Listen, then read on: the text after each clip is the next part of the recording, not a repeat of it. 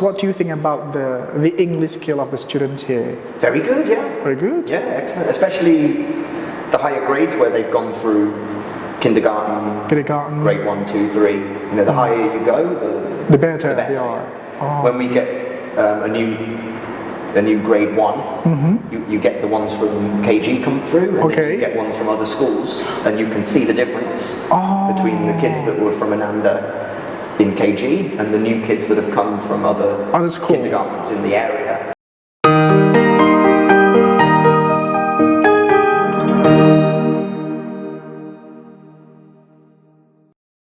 He never stopped trying. He wanted to learn from his mistakes. Okay. But I think diplomat is very interesting because as a diplomat, if you're talking something, there's yellow. Like, come on, I don't know, maybe. I like airplane and I like fly. Because soldier have the gun and have the tank.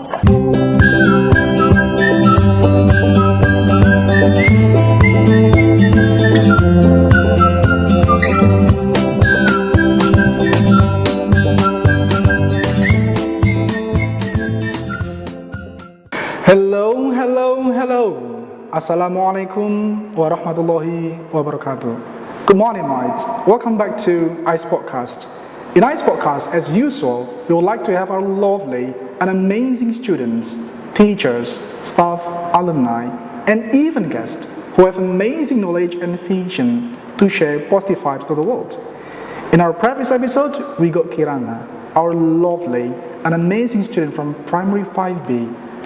And she was sharing about her future dream and also about her experience in competition.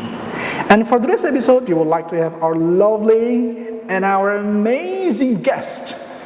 You would like to have our native teacher. Hello, good morning, sir. Hello, morning. So how's it going, sir? I'm very good, thank you, yeah. Okay, by the way, we know your name is Miss James. James, right? yeah. Can you tell us, what's your full name? Well, James Dixon. My surname's Dixon, Dixon. Okay. My middle name's Ripley, so James Ripley Dixon. Okay, that's really nice name. Okay. I think from the UK, I hear often James. Very common name, James. Very common names, like Harry. James is probably one of the most common. I'm James, my father's called James. Your father too? One of my best friends is James Walsh, James Griffiths, James Oldham. Oh my God. That's 5. 5 James. A lot of Jameses. Okay, and by the way, we know that you are from the UK. Can you tell us more on what city in the UK you're from? England? Yeah, in England. What city England. are you from?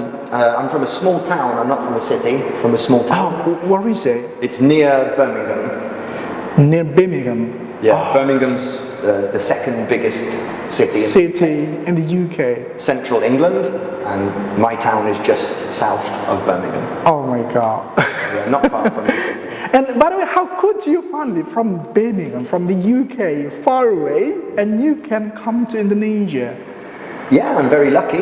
Very lucky? Lucky that people need English all over the world, so I'm lucky that I can travel to other countries and teach English.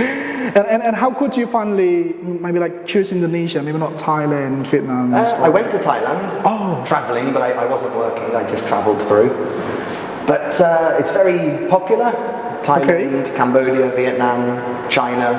A lot of people go there and travel and teach.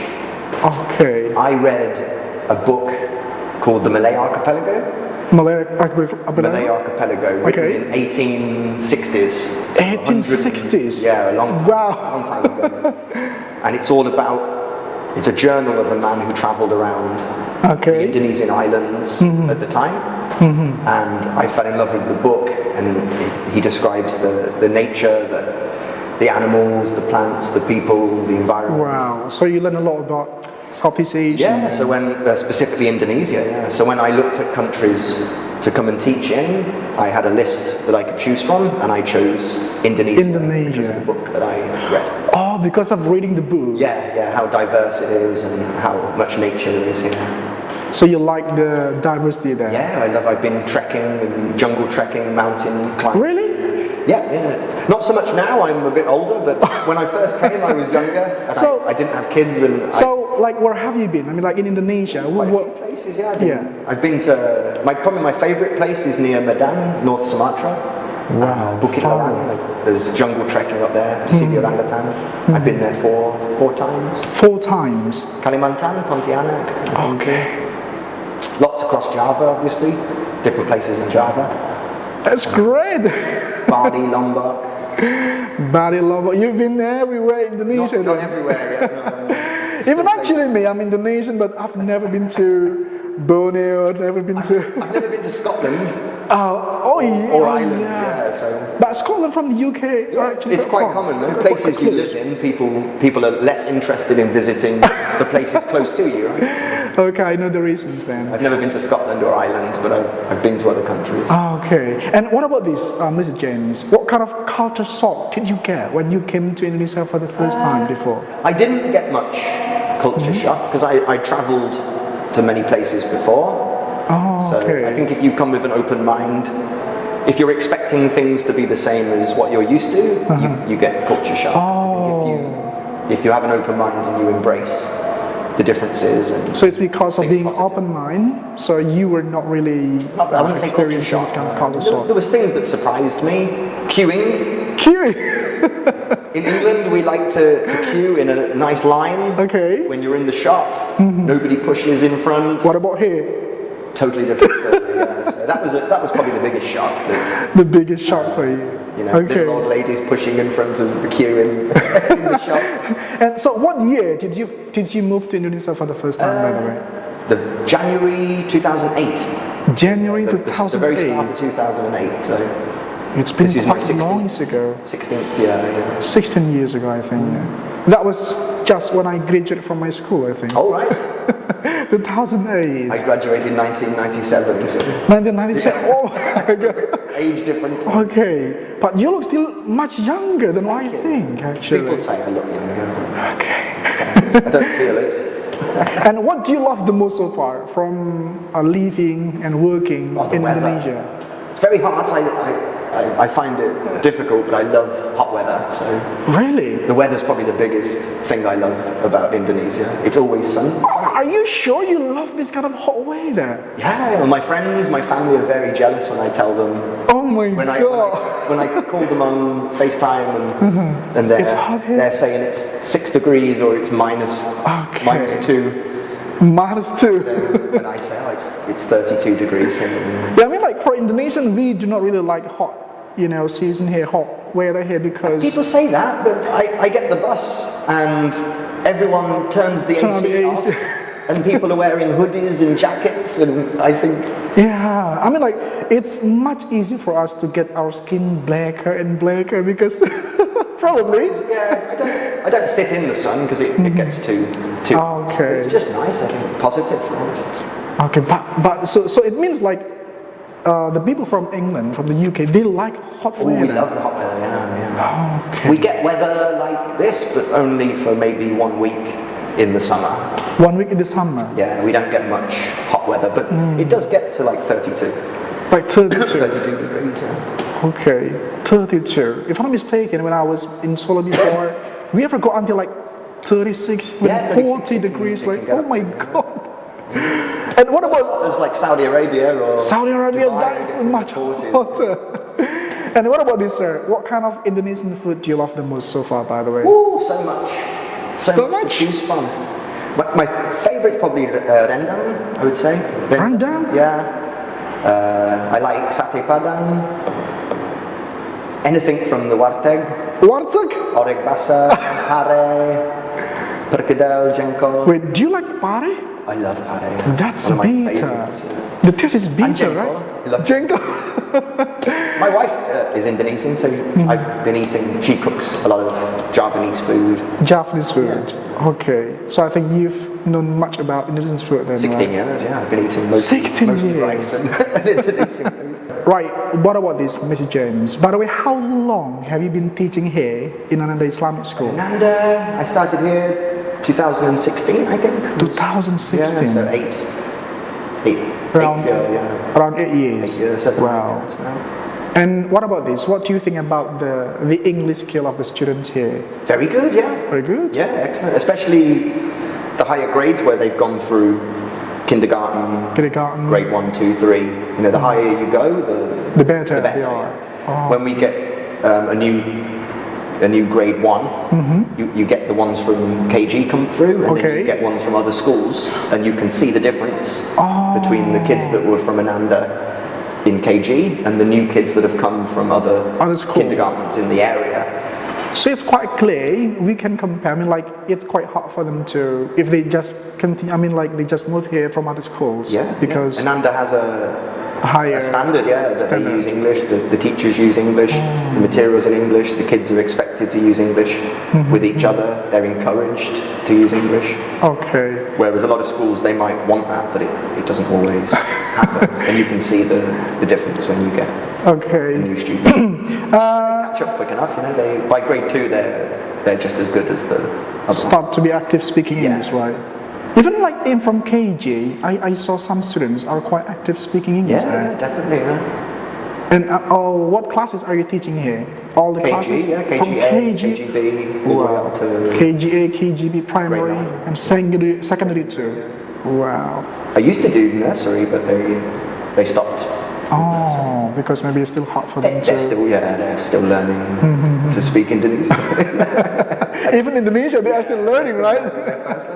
I ever got this kind of information before from my ex-boss. He went to the UK and he was quite surprised. He was asking to me like this, which one is easier, British or American? Then I said, British is easier, but he was surprised. But I didn't understand at all what they were talking about in the UK.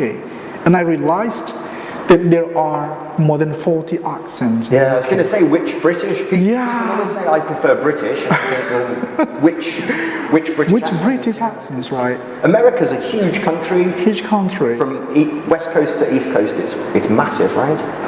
Whereas the United Kingdom's very small. I think it fits inside. Some of their states are bigger than England. Yeah, but 40 different dialects, 40 different accents. Yeah, America's got like East Coast, West Coast, mid accents, Southern. You can divide it up. So only few accents in America. Compared to England, United Kingdom, very small, but it's unique that there are so many accents. Yeah, so, I don't know why that's like that. Yeah, and you told us that you're from Birmingham. Near Birmingham. Near Birmingham. So do you speak Brumi accent? I don't know. You don't? I used to, before I was teaching, to be honest, accents are good and they're unique and it's about your identity, it's where you're from, it's like a cultural identity. But at the same time, they are kind of just repeated mistakes, right? They're variations within the language. So we do have standard English. Oh, the standard English. So for me, when I'm teaching, if I'm teaching students like in business, I'm not going to teach them slang words from that are unique to Birmingham, because anyone outside, nobody outside of Birmingham will not understand would get it, and especially not people outside of England. So if they said it to an American, the American will not understand it either. So I think it's not beneficial to teach accents. I think it's better to teach like the standard English. Yeah. So my accent's changed over the years I've been teaching. And when I go back to England, my friends tell me I sound different.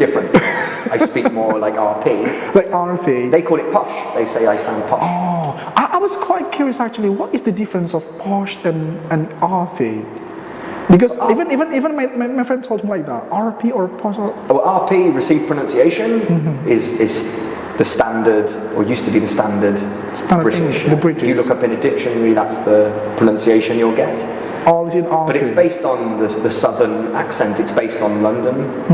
London's the capital. It was, the BBC, the Queen, everything kind of went on in London. The biggest population as well, biggest city. Biggest city. So it's focused on the London accent. But it's only a small percentage of people who actually speak. Yeah, if I'm not mistaken, it's just like maybe 2%. I don't know, but it's not compared to the population. Plus British is Scottish, Welsh, Northern Irish. It's not just England. Just England, okay. But it is the standard.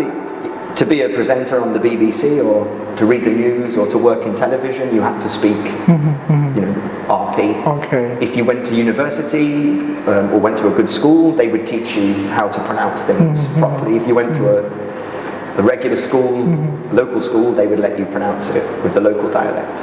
Oh. So it's almost like, I suppose, education, some of education. Okay, I see. To people who don't speak it, it sounds posh.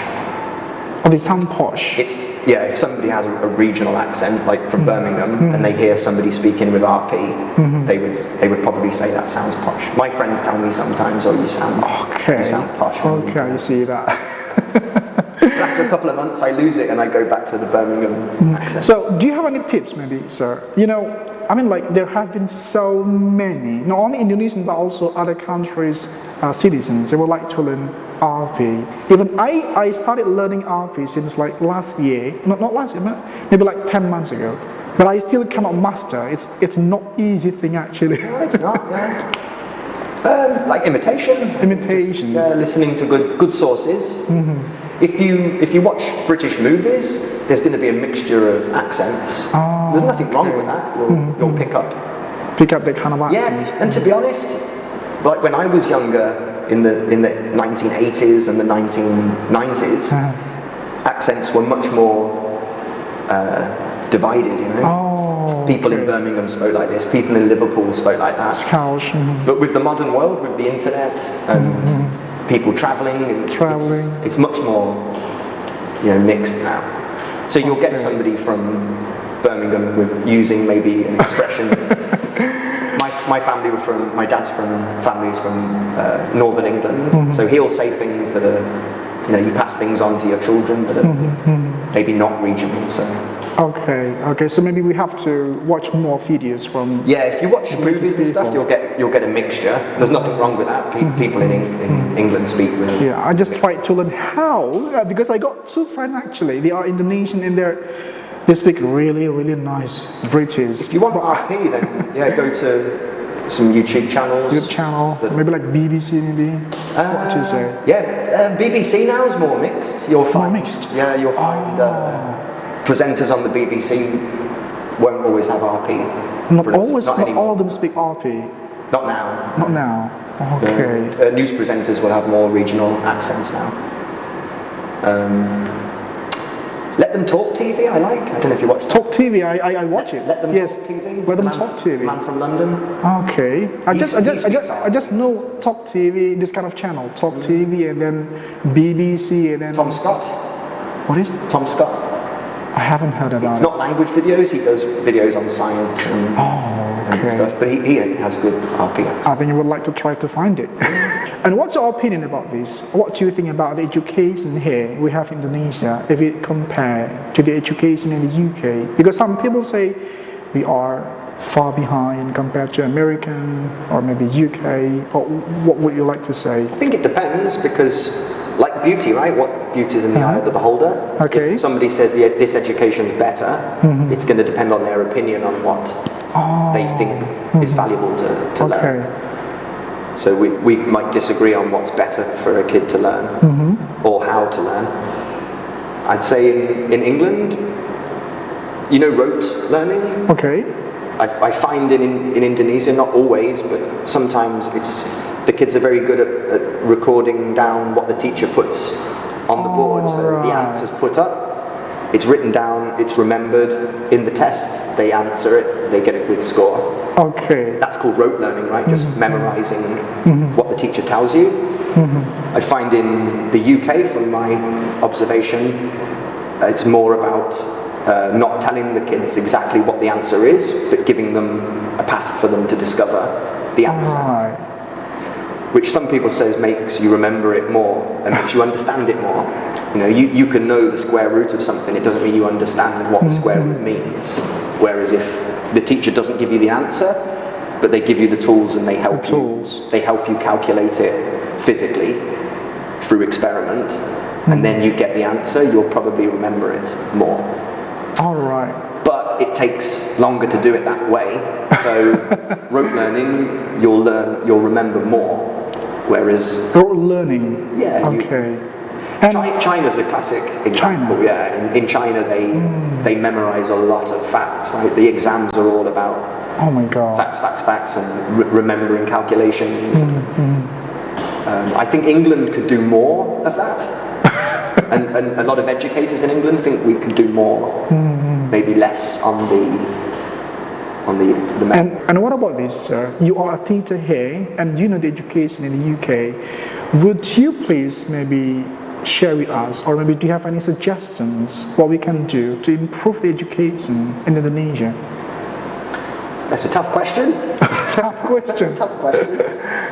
Yeah, I think more practical, maybe more practical work, especially for science. I find if you just give the kids an answer and have them memorize the answer, critical thinking maybe, critical thinking skills, having them question, not just the teacher saying that's the answer, because the answer's in the book, having them do an experiment and see. So we need to do more practical knowledge. Yeah, it takes longer, and it's maybe you don't get as much done, but I think it's valuable. But after teaching here for about 8 years, around 8 years, what is your impressions about the students here, by the way? Very good, yeah. Very well behaved. Well behaved. Yeah.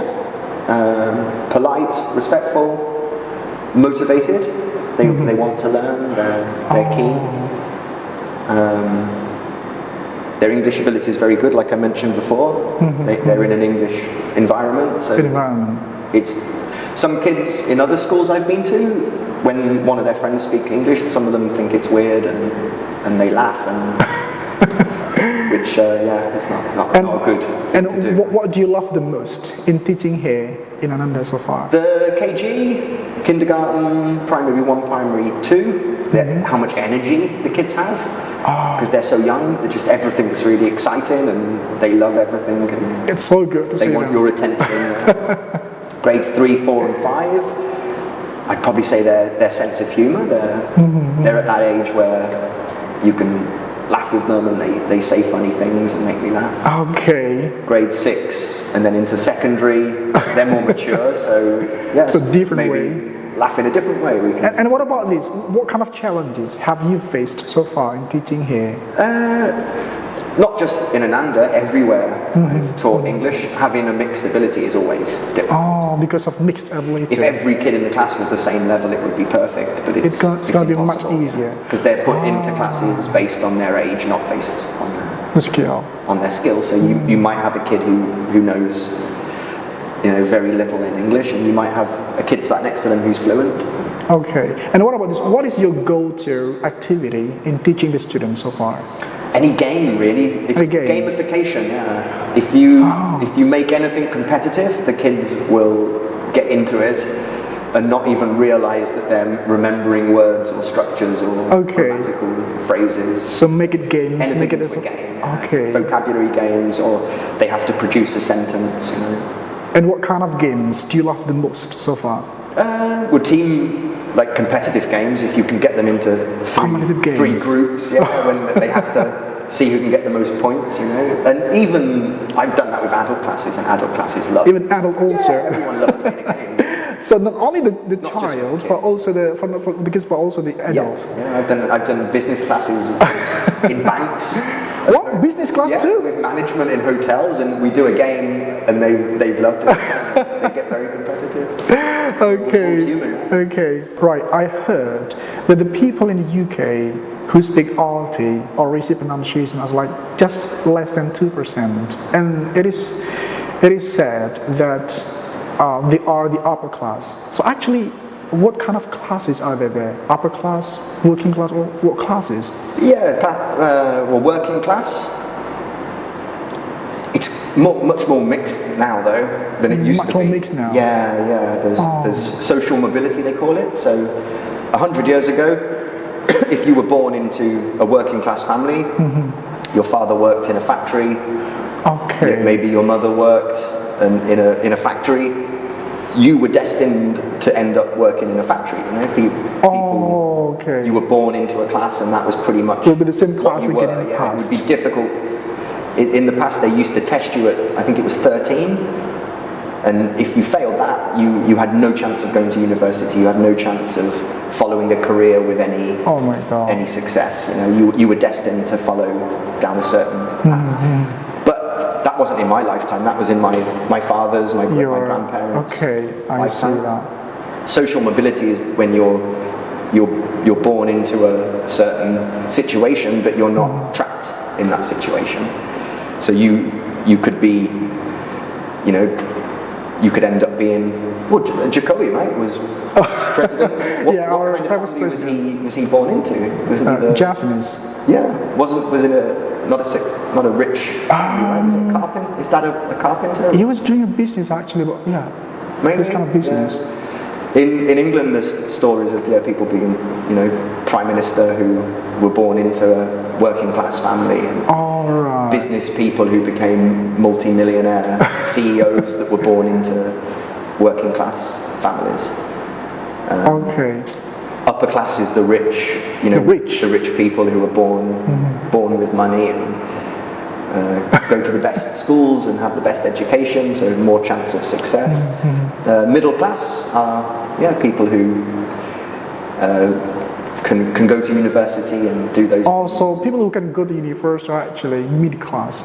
Middle class, yeah. It's very complicated, and I'm not an expert on it. All I know is in England, it's the class you were born into. All right. So my parents both had jobs, regular jobs. They were working in management towards the end, but they had regular jobs in factories and in the caring environment. They didn't go to university, so I was born into working class. Right, as I heard, RV is the standard English. So my question is actually, who speaks RV? Well, it's based on the southern pronunciation. Southern pronunciation?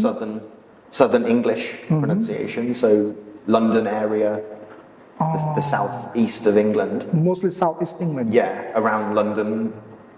But not everyone. Not everyone. No, because London has a regional dialect as well and a regional accent. So there's people who, you hear people say bottle of water. Oh yeah. That's not RP, but that's a lot of people in London Bottle of water. Yeah, they say a bottle of water. Yeah, dropping the tea it's not RP, it's not standard British, but a lot of people say of British people. A lot of. I also ever watch, who's the guy, the member of One Direction, the Zayn. He said, my daughter. Zayn Malik. He said, my daughter. Is it called? Daughter. I used to drop the T when I first came to Indonesia. A lot of my students, when I was at EF, told me I was dropping T's, and some of the teachers said, James, you dropped the T. Okay. And I consciously stopped doing it because it's not good. It's not the standard English, right? It's lazy. So you change the speaking, yeah. I still do it when I'm talking to my friends, but I try not when I'm speaking, especially to students. I don't want to teach them back English, right? It's not good. Yeah, I love this kind of. Sometimes some people say a bottle of water, a bottle of water. Like in Indonesian, you have people pronounce things. When I learn Indonesian, and I try not to learn too much like bad pronunciation, but I do. It's okay. It doesn't matter. As long as people understand you, that's okay, right? Yeah. Somebody said to me, if you hear somebody speaking complete RP, they probably, native speaker, they probably grew up in another country. Probably. Okay. Because if they grew up in England, they would have too much local. They would local accents. Okay. Yeah, I think like Richard Attenborough, Richard E. Grant, Richard Dawkins. Like he grew up in India. In India. India. A lot of older people, when they grew up in different parts of. So the accents must be so far different. Especially going back, when if they grew up before a lot of countries had independence from British Empire, then they're probably the ones that speak up. Okay. All right then, thank you so much, Mr. Jim, by the way. Welcome. It's so nice discussing we have today. Pleasure. Alright guys, thank you so much for watching. If you like to know more about our podcast, please don't forget to subscribe our YouTube channel.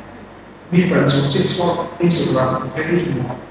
Thank you so much for watching. See you in the future. And Assalamualaikum warahmatullahi wabarakatuh.